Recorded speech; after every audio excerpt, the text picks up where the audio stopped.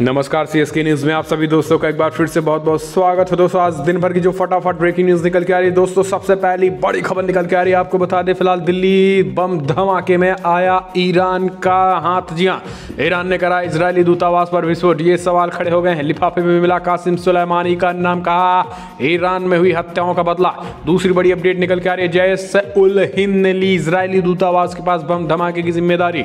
जी हाँ, तीसरी बड़ी अपडेट निकल के आ रही है दोस्तों, हिंसा के खिलाफ पुलिस वालों के परिजनों का प्रदर्शन, इंसाफ की मांग कर रहे हैं। बड़ी अपडेट निकल के आ रही, क्या पप्पू गांधी, राहुल गांधी उनके बारे में भी दो शब्द कहेंगे, सवाल ये सबसे बड़ा। चौथी बड़ी खबर आपको बता दें, धमाके के समय इलाके में काम कर रहे थे 45,000 मोबाइल फोन, पुलिस को मिला डेटा। जी हां, ये बड़ी अपडेट निकल के आ रही है, जांच जारी है। अगली बड़ी खबर में प्रधानमंत्री नरेंद्र मोदी ने किया ऐलान, कहा सर्वदलीय बैठक में कहा कि किसानों के मसले का हल निकलेगा जल्द ही, किसानों से बस एक कॉल की दूरी पर हैं, बातचीत के जरिए मसले का हल निकालना ही पड़ेगा दोनों तरफ से। और इस बीच प्रधानमंत्री मोदी राजघाट पर बापू को भी नमन किया है। मोसाद करेगी इजरायली दूतावास के बाहर धमाके की जांच, एनएसजी भी देगी साथ। तो दोस्तों दिन भर की फटाफट खबरें अंदाज में आपको बताएंगे। जहां पर सिंधु बॉर्डर में लग गया इंटरनेट पर बैन, गाजीपुर पर भी बैन लग गया है और पूरी तरीके से सीज कर दी गई मामले, 44 गिरफ्तारी, वो भी बताएंगे। लेकिन उससे पहले छोटा सा निवेदन, अगर आपने चैनल को सब्सक्राइब नहीं किया तो प्लीज़ सब्सक्राइब के लाल बटन दबाकर चैनल को सब्सक्राइब करें। दरअसल दोस्तों पहली बड़ी अपडेट निकल के आ रही है, आपको बता दें फिलहाल क्या ईरान ने कराया इजरायली दूतावास के पास विस्फोट। लिफाफे में मिला कासिम सुलेमानी का नाम। राजधानी दिल्ली में शुक्रवार को इजरायली दूतावास के पास विस्फोटक को लेकर छानबीन जोरों से शुरू हो गई है।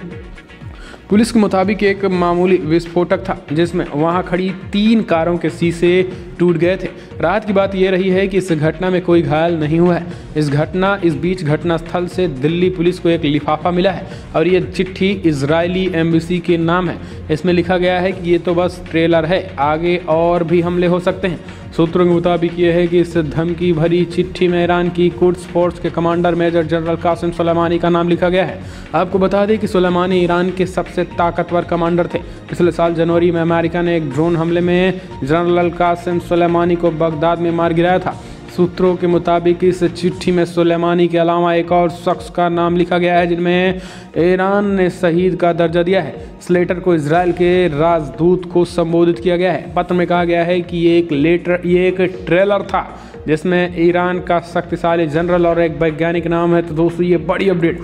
हम चलते हैं अगली खबर लेते हैं। फिलहाल जैश उल हिंद ने ली इजरायल दूतावास के पास बम धमाके की जिम्मेदारी। राष्ट्रीय राजधानी दिल्ली स्थित इजरायली दूतावास के पास शुक्रवार को बम धमाके की जिम्मेदारी जैश उल हिंद के एक आतंकी संगठन ने लेने का दावा किया है। हालांकि जांच एजेंसियों की इस दावे को लेकर आश्वस्त नहीं है। मिली जानकारी के अनुसार जैश उल हिंद नाम के आतंकी संगठन ने कथित तौर पर मैसेजिंग ऐप टेलीग्राम पर मैसेज भेजकर इस बम धमाके में अपना हाथ होने का दावा किया है। इस मैसेज में कहा गया है कि फिलहाल सर्वशक्तिमान खुदा की कृपा और मदद से जैश उल हिंद के लड़ाके दिल्ली के हाई सिक्योरिटी इलाके में घुसकर आईडी हमले को अंजाम दे पाए हैं। भारतीय शहरों को निशाना बनाने वाले हमलों की ये शुरुआत है और भारतीय सरकार द्वारा किए गए अत्याचारों का बदला लिया जाएगा। वहीं दिल्ली में इजरायली दूतावास के पास हुए मामूली आईडी विस्फोटक के बाद धमाके के लिए इस्तेमाल किए गए विस्फोटकों की 2 बार जांच की गई है।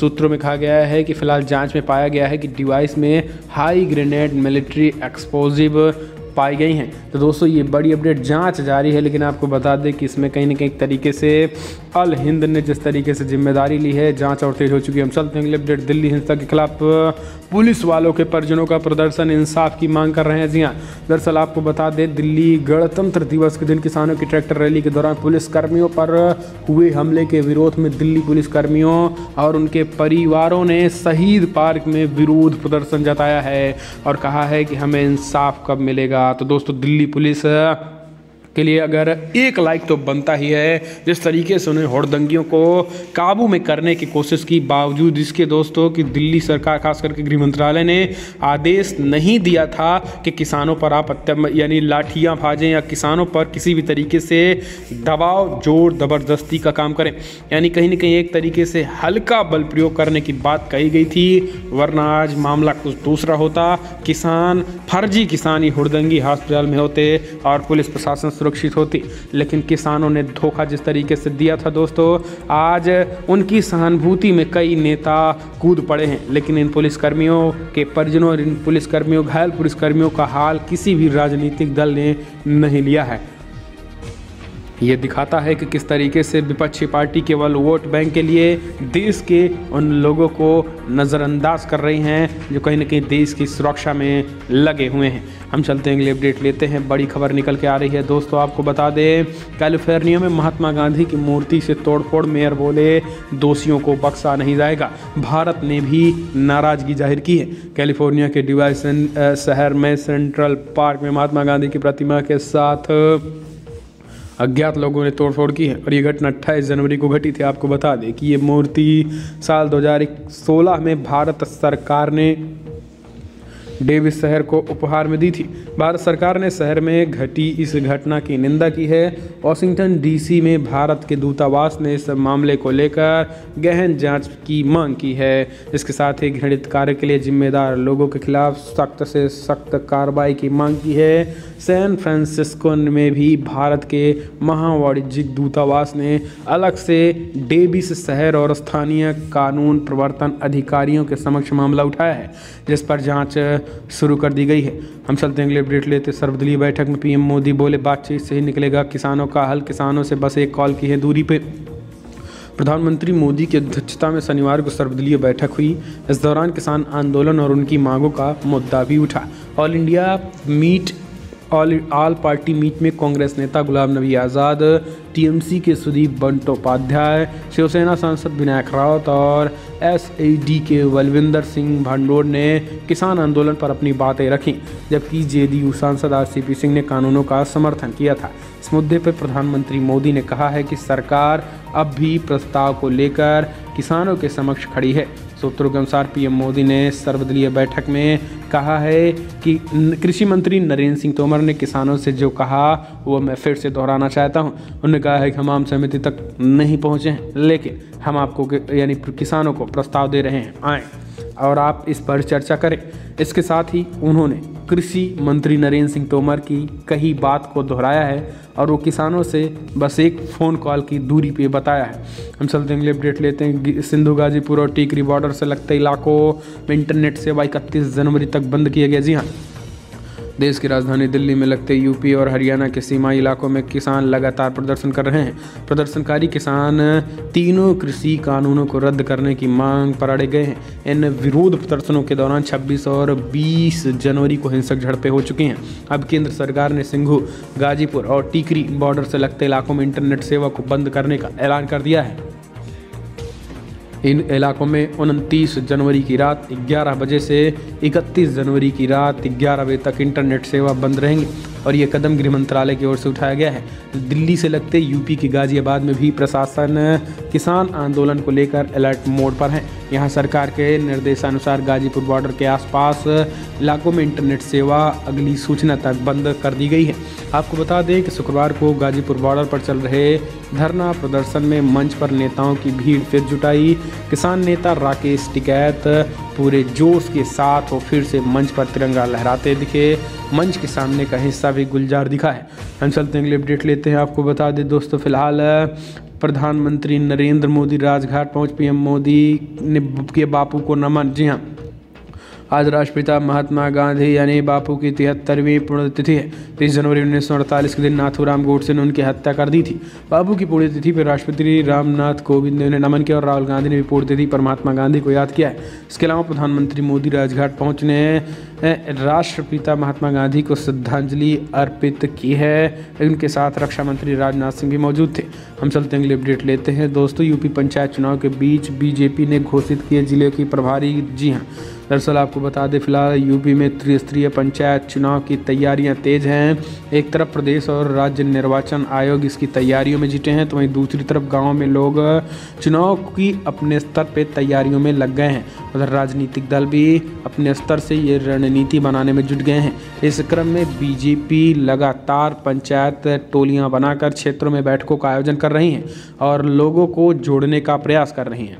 इस कवायद के बीच भारतीय जनता पार्टी के प्रदेश अध्यक्ष स्वतंत्र देव सिंह ने पार्टी के सभी 98 संगठनात्मक जिलों के जिला प्रभारी घोषित कर दिए हैं। तो ये बड़ी अपडेट निकल के आ रहे हैं। हम चलते हैं अगली बड़ी खबर। यूपी पंचायत चुनाव को लेकर एक्शन में गोरखपुर पुलिस। डॉक्टर कफील खान सहित 81 की खोली हिस्ट्री शीट। जी हाँ, डॉक्टर कफील खान एक बार फिर से सुर्खियों में। गोरखपुर शहर के राजघाट थाने की पुलिस ने डॉक्टर कफील खान की हिस्ट्री शीट को खोल दी है। गौरतलब है कि भड़काऊ भाषण देने के आरोप में पूर्व में डॉक्टर कफील खान पर रासुका के तहत कार्रवाई की गई थी, जिसमें कफील 8 महीने तक मथुरा जेल में बंद थे। अब पुलिस द्वारा कफील की हिस्ट्री शीट खोले जाने से एक बार फिर वो सुर्खियों में है। गोरखपुर पुलिस ने डॉक्टर कफील समेत 81 बदमाशों की पुलिस ने हिस्ट्री शीट खोल दी है। इनमें 70 नए बदमाशों पर गैंगस्टर की भी कार्रवाई की गई थी, जबकि जमानत पर जेल से छूटे कई बदमाशों को पुलिस ने फिर से जेल भेजा है। गौरतलब है कि पंचायत चुनाव के मद्देनजर जिले की पुलिस ने बदमाशों पर शिकंजा कसना शुरू कर दिया था। पुलिस ने कॉमेडियन कॉलेज में ऑक्सीजन कांड के आरोपी डॉक्टर कफील समेत 81 लोगों की हिस्ट्री शीट खोली और उसके साथ ही जिलों के 70 नए बदमाशों को चिन्हित कर लिया है। हम चलते हैं अगले अपडेट लेते हैं दोस्तों। मानव श्रृंखला के लिए तेजस्वी यादव ने नहीं ली अनुमति, डीएम ने दी कार्रवाई की चेतावनी। जी हाँ, किसान आंदोलन के समर्थन में बिहार में विपक्ष द्वारा किया जाने वाला मानव श्रृंखला का आयोजन पहले ही विवादों के घेरे में आ गया है। इस मानव श्रृंखला को लेकर राजधानी पटना में ही जिला प्रशासन की तरफ से विपक्ष ने कोई अनुमानित नहीं की है। इस बात की जानकारी खुद पटना के डीएम चंद्रशेखर ने दे दी है।